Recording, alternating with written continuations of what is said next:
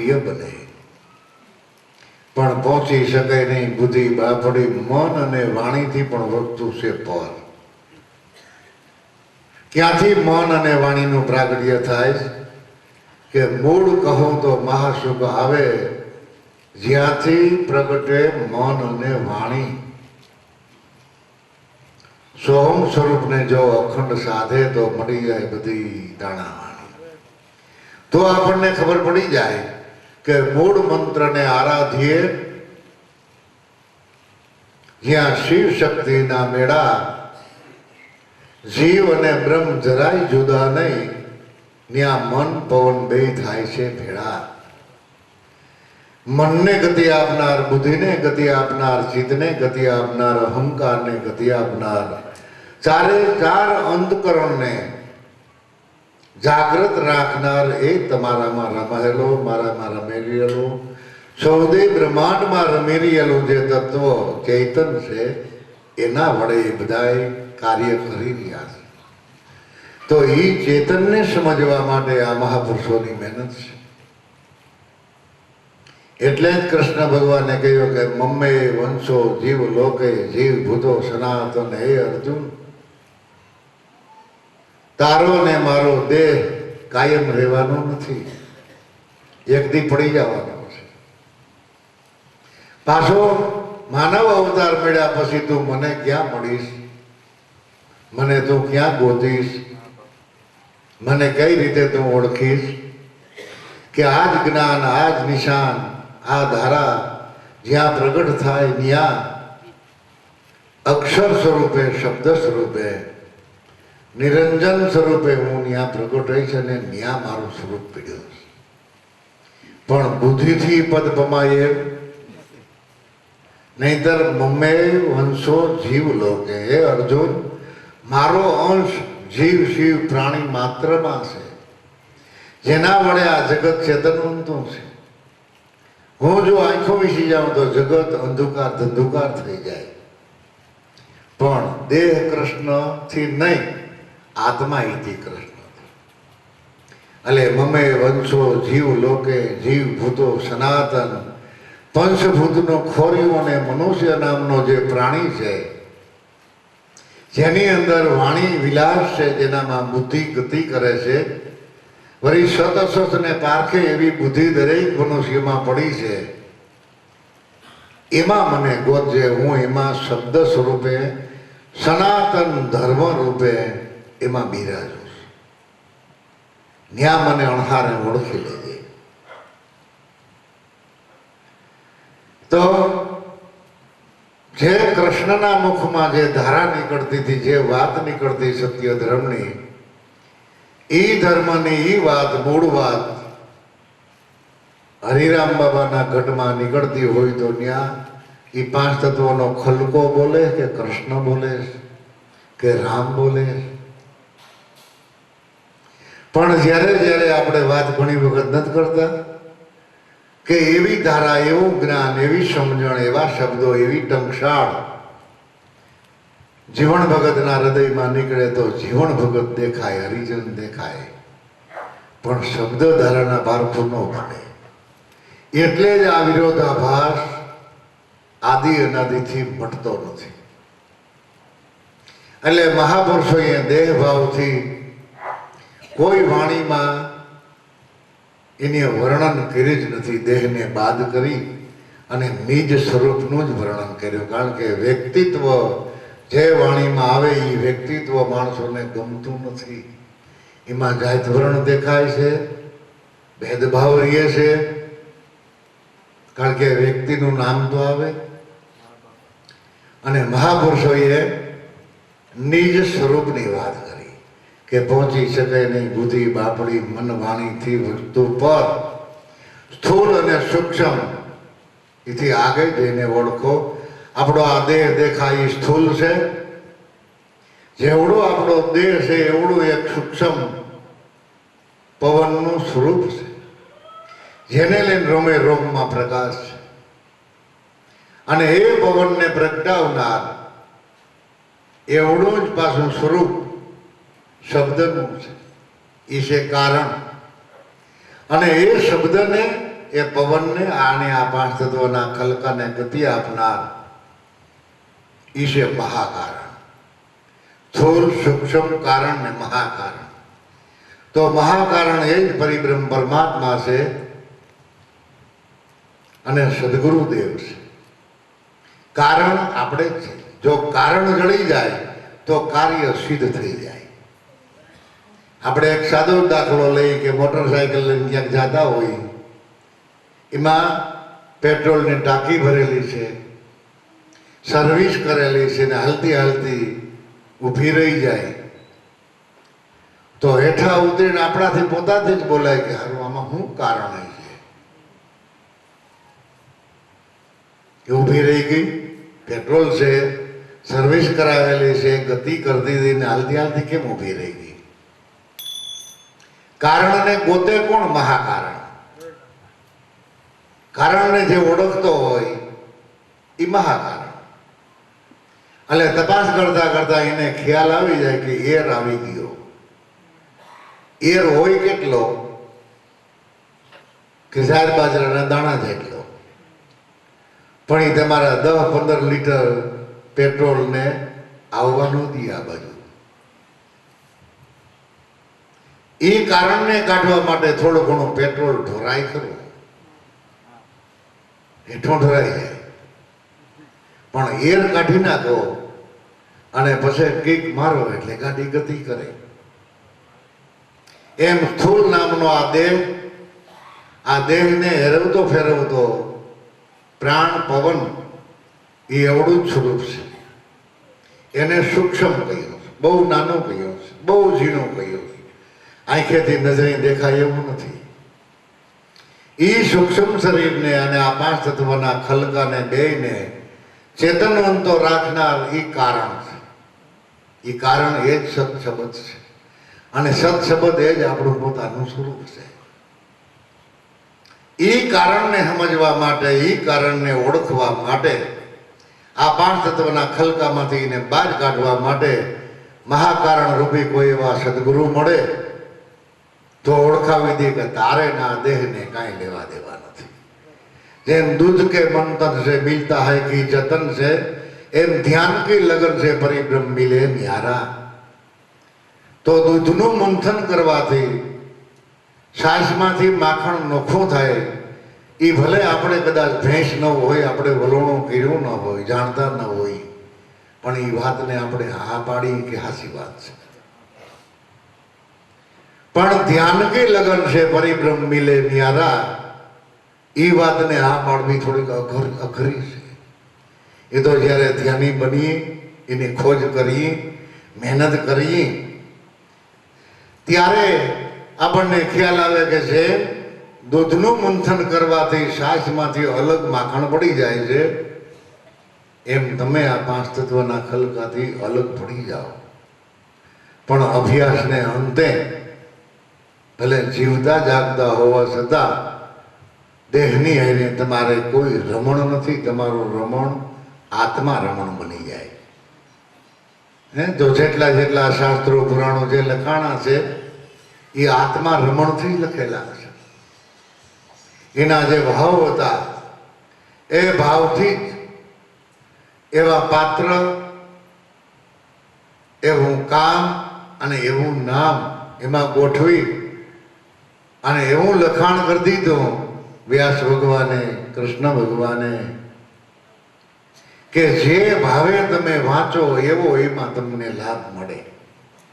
દેવી ભાવે વાંચો તો દેવીનો લાભ મળે, દેવ ભાવે વાંચો તો દેવનો લાભ મળે, પરમાત્મા ભાવે વાંચો તો પરમાત્માનો લાભ મળે. સ્વાર્થ ભાવે જો વાંચો તો તમારો સ્વાર્થ સધાય. જે ભાવેથી વાંચી અને જે ભાવે એમાં ખોજ કરી એવું આપણને એમાંથી મળે. એટલે સ્થૂળ અને સૂક્ષ્મ એ બેયથી પર છે તમારું સ્વરૂપ. એની આગે જઈને ઓળખો. પણ ક્યારે ઓળખાય કે થોડોક અનુભવ થાય તો તરત જ ખ્યાલ આવે કે શૂન્યાતીત શૂન્યમાં દિશે છે સુહામણા.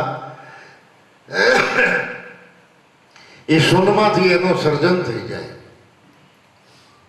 કે સુન કી ધૂન में मन रहे जोगिया भोगिया ब्रह्म रस बहुत भावे खेचरी भूचरी सासरी छोड़ कर उन मुनि माँ अनहद जगावे ये उन मुनि मुद्रा में आप अवधूत रहे तो आप ही आप आनंद पावे कहे विश्राम गुरु प्रेम का बाल का आ शब्द में सुरता कोई मिलावे ये सुनमाथी जયારે ધૂન જાગે એ શબ્દ રણુકાર રૂપે રોમે રોમમાં રમી રહ્યો છે એ જ હચુકલા યોગી છે સુન કી ધૂન में મૌન રહે એ યોગી એના આધારે બોલે છે પણ એ વસ્તુ કોઈથી બોલાય એવી નથી એટલે જ રામાપીરે ના પાડી અરજી પાડીને કે જૂનો જૂનો ધર્મ એને આબાદ રાખીને બોલી અરજી જેની પોથી ન પામે પાર અગમને અગોચર વીરા વાતું છે આખી એની આબાદી રાખીને તારે જેટલું લખવું એટલું લખ જેટલું બોલવું એટલું બોલ પણ જૂનામાં જૂનો જે ધર્મ તને ઓળખાયો છે એની આબાદી રાખે એટલે સુનકી ધૂન में મૌન રહે ઈ જોગી ઈ જ યોગી વળી ભોગી ખરા પણ લૌકિક નહીં બ્રહ્મરસના ભોગી સુનકી ધૂન में મૌન રહે જોગિયા ભોગિયા બ્રહ્મરસ બોધ ભાવે ખેચરી ભૂચરી સાસરી છોડ કર ઉન મુનિમાં અનહદ જગાવે 5 મુદ્રાથી આપણું આ જીવન હાલે ખેચરી મુદ્રા આકાશ મારીએ ભૂચરી પાતાળ મારીએ સાસરી મુદ્રા મૃત્યુ લોક મારીએ છે અને ઊન મુનિને અગોચરી તમારા શ્વાસોશ્વાસ મારીએ છે એ ઊનમુનિ મુદ્રામાં અગોચરમાં ગોચર એટલે દ્રષ્ટિમાં ન આવે આવે અને અગોચર એટલે આંખેથી ન દેખાય એ ઊનમુનિ મુદ્રામાં જે સ્થિર થઈ ગયા એની આ શબ્દની અંદર પોતાની વૃત્તિને પોતાની સુરતાને સમાવી દીધી પછી એનો આનંદ ક્યારેય ઓછો થતો એ ઊનમુનિ મુદ્રામાં આપ અવધૂત થઈને રહીએ પણ દેહને અવધૂત નહીં બનાવવાનો અવધૂત યોગી જે ગઢોગઢમાં બિરાજે છે તો આપ ही आप આનંદ ભાવે તમને તમારામાંથી જ આનંદ મળે બહારથી આનંદ જે આવે એ તો કોકદી વયો જાય પણ ઘટ ભીતરમાંથી જો આનંદનો પ્રાગટ્ય થાય તો એ આનંદ અખૂટ ભંડાર છે એ કોઈ દી આનંદ ઓછો ન થાય એટલે સ્થૂલ અને સૂક્ષ્મ એથી આગે જઈ અને એક કારણ દેહને પાડખું એ આપણું મૂળ સ્વરૂપ છે એમાં અનુભવ ઉઠે લગા એ શૂન્યાતીત સુન में દિશે સોહામણા અને ભર્યો છે બધાએ હાડ પિંજરમાં ભરપૂર કોઈ હાડ પિંજર ખાલી નથી બધેમાં એ સફર ભર્યો છે કોઈ ઠામ ઠાલું નથી સદા એ જાગૃત થતી એ વાત જાગૃત કેમ નથી થતી એટલે આપણને ખ્યાલ આવે કે આ સંસારમાં આ જગતમાં ટેકનિકલ એવા જેને સદગુરુ મળ્યા અને એમાં જેને દ્રઢ વિશ્વાસ રાખ્યો એના જ ઘટમાં એ ધારા પ્રગટ થઈ છે તો ઘટોઘટમાં તો દરેકના ઘટમાં એ ટંકશાળ કેમ ખુલતી નથી એ આ પ્રગટ આપણને પ્રમાણ બતાવે છે એટલે ભર્યો છે હાડ પિંજરમાં ભરપૂર બાહિર અને ભીતર सब घटमा ही राम रमे ब्रह्म रविराम झीले ब्रह्म सिंधुना नूर रविराम के ई धारा हूँ झीली दियो से मारा सदगुरुना प्रताप थी अने ई सदगुरुदेवे मने ई नूर ओळखायो छे नूर नाम निशान जेने नक्की थई गयुं एने नूरता पण कहे छे एमां सुरता रूपे आपणे बनीने जो आपणे खोज करीए ओळखी जाय तो नूरता सुरताનું એકમેકપણું જે થાવું એનું નામ સુખમણા નાળી ગુરુ શિષ્યમાં બિલકુલ અંતરો ન રહીએ એનું નામ સુખમય જીવન તો આવા મહાપુરુષો બીજાનો ઉદ્ધાર કરતા જાય પોતાનો ઉદ્ધાર કરતા જાય વળી સાદાઈથી સરળતાથી તો અત્યારે નથી રવિરામ કિમ સાહેબ ત્રિકમ સાહેબ મોરાર સાહેબ એટલે આપણને એમ લાગે કે સાહેબ એટલે કાંઈ મોટા હોદ્દાવાળા એ માણસો નહોતા, નાના માણસો હતા, પણ જે સાહેબ શબ્દરૂપી સાહેબ તત્વને જેને પાયખું એને બધાને સાહેબની ઉપમા આપી. નગર એ કોઈ અમલદાર કે મોટા સાહેબ નહોતા, આપણા જેવા નાના માણસો જ હતા. માટે એમાં મોજ કરો, એમાં લહેર લૂંટો, તો આપણને આનંદ મળે, લહેર મળે અને જીવન આપણું દિવ્ય બને. નથી બોલી બદલાવાની, નથી કપડાં બદલાવાના, ફક્ત એક વૃત્તિની દિશા બદલવાની છે. જે બહિર્મુખી વૃત્તિ, બહિર્મુખી મન, બહિર્મુખી સુરતા, એને અંતર્મુખી અભ્યાસ કરીને અંતર્મુખી બનાવો એટલે ભટકણ મટી જાય, મટી જાય ને મટી જાય. એમાં બે મત નહીં. પણ બહાર રખડ ભટકવાની જે વૃત્તિને ટેવ પડી ગઈ છે એટલે ઘડીકમાં એ ત્યાં સ્થિર થતી નથી. એટલે જ મહાપુરુષોએ કહી દીધું કે ગુરુના ઘરમાં નહીં કોઈ વાસા, ગુરુ ક્યું કર ચલે ઘર વાસા, ઉઠે ઉઠે લેરી જોબન મત વાલી પણ માનત નહીં મન મેરા. ગુરુના ઘરમાં એ પોતે એકલો જ છે, ત્યાં કોઈ મનોરંજન નથી, ત્યાં કોઈ દ્રશ્ય પદાર્થ નથી, એટલે ત્યાં જવામાં જીવને બહુ ફાવતું નથી, મૂંઝાય છે. એને ઘાટ આકાર રંગ રૂપ આ બધું જગત ફેરવું લઈને જાઓ તો એ મેળ પડે એમ નથી. એવા ગમે એવા આઈડિયા કરી ત્યાં તો આપણે પોતાની શબ્દ સ્વરૂપે બની જવું પડે તો ત્યાં જવાય. તો ત્યાં મારે વાસ કરવો કેમ? અંદરમાંથી તો લહેર ઉઠે છે, ભાવ જાગે છે, આમ કરું, આમ કરું, આમ કરું, પણ કાંઈ આઈડિયા કામ આવે એવા. કદાચ ઉભરા આવે તો સત્યનારાયણ ભગવાનની કથા કરી, કદાચ સકલાને શણ નાખે, કોઈ ગાયને નીણ નાખે, દાન પુણ્ય કરે, આ બધા ઉભરા છે ને. પણ બાહેર કર્મ થી એ કર્મ કોઈ એને પહોંચી શકે એમ એનાથી પર છે.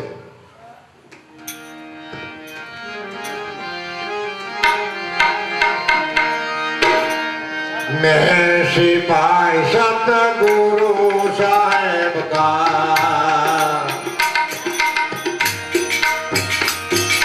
लाडू या तो बखतर मेरी, मैं सिपाही सतगुरु साहेब का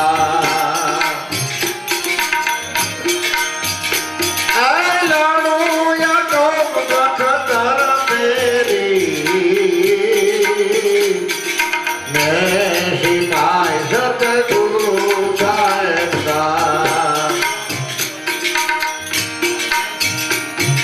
सात सायर ने गोट भरारो,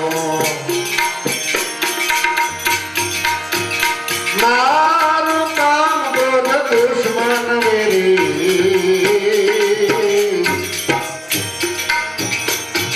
सात सायर ने गोट भरारो,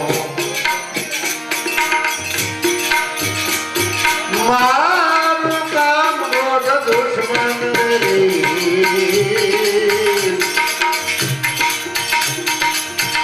पाक पसी से कोई जान पावे,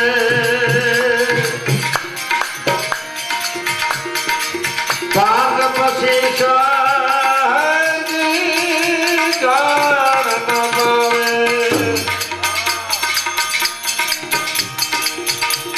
ब्रह्म महल में जावे,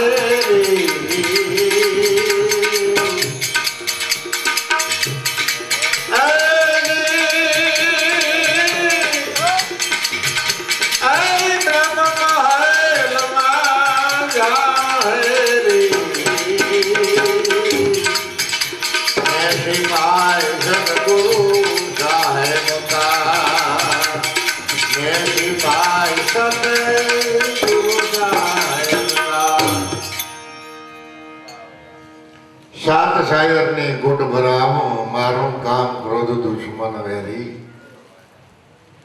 તો આ સમુદ્ર કાંઈ પીવા ધારીએ તો પી શકીએ એક ઘૂંટડામાં, પણ રૂપસાગર, શ્રવણ સાગર, ગંધ સાગર, રસ સાગર, રતિભોગ વિષય સાગર, સ્પર્શ સાગર, એને સાગર કહ્યા છે. કે આ જગતને જો તમે જોવા માટે નીકળો તો હિન્દુસ્તાન પછી બીજા દેશમાં જાઓ તો આ જગત જોવાઈ ગયે એવી કોઈ જોગવાઈ નથી. એ તો સાગરના રૂપમાં છે. આ દ્રશ્યનો કોઈ અંત આવે નહીં એટલું આ દ્રશ્ય જગતમાં છે. પણ જેને દર્શન થઈ ગયા એ પછી દ્રશ્યમાં પોતાની દ્રષ્ટિને રાખતા નથી. શ્રવણ એટલે સાંભળવું. સાગર ગમે તેટલું સાંભળવાથી પણ સ્થિરતા આવે એમ નથી. છોડી દે મિલના બોધ સૃષ્ટિ છે ઉસમેं है नुकसाना, वैखरी वाणी वदन से प्यारी, बुलावे असल ध्याना, એમાં બની જા મસ્તાના મસ્તાના મસ્તાના, તબ છૂટે તારા આના જાના. ગમે તેટલો આપણે હરી ફરીએ અરસ ફરસ હળી મળીએ તો એમાં અંતે બે ધ્યાની બની.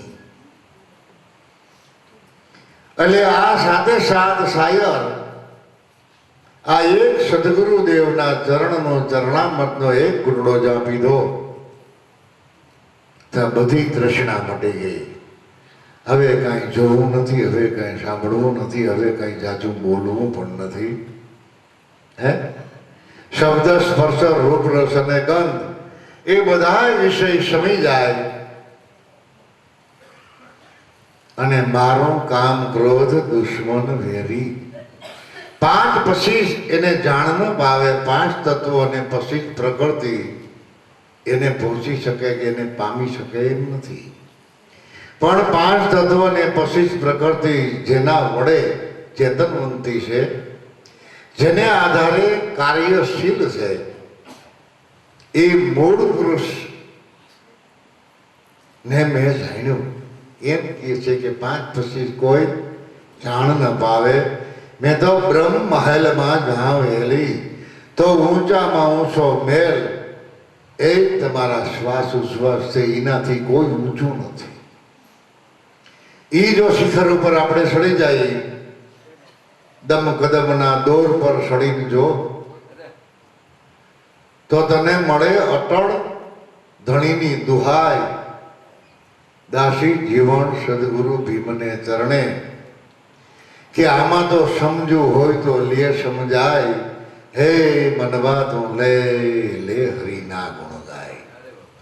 દમ કદમ એટલે શ્વાસ ઉશ્વાસના છેડા ઉપર જો સડીને તમે જુઓ તો અટળ ધણી એ આત્મા છે, એ અખંડ છે, અવિનાશી છે. એનો આશીર્વાદ મળે, એની કૃપા મળે.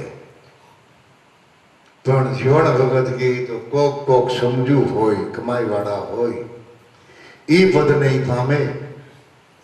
નહીતર સહેજ તળાયું અવળ ઓશિકા અને અંગ પર ઓઢતો તું રજાય. તારા શરીરને તે કોઈ દી મેલ ન સડવા દીધો, ઈ દેહ તારો એક દી રાખમાં જઈને રોડાય. હે મનવા તું લે લે હરિના ગુણ ગાય.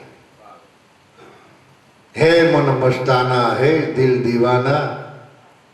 પોતે પોતાના જ મનને કહે છે, પોતે પોતાના જ દિલને કહે છે કે આ જગતના કાર્યમાં દીવાનો થઈને તું ફરસો, મસ્તાનો થઈને ફરસો, પણ ઘડીક વાર હરિગુણ ગાઈ લે તો તારો ફેરો સફળ બની જાય. એટલે પાંચ પછી તો જાણ ન પાવે, બ્રહ્મ મહેલમાં મેં જાઉં, હરી મેં સિવાય સદગુરુ સાહેબ કા લડું તો બખ્તર પહેરી. સદગુરુની કૃપા રૂપી જેને બખ્તર પહેર્યું છે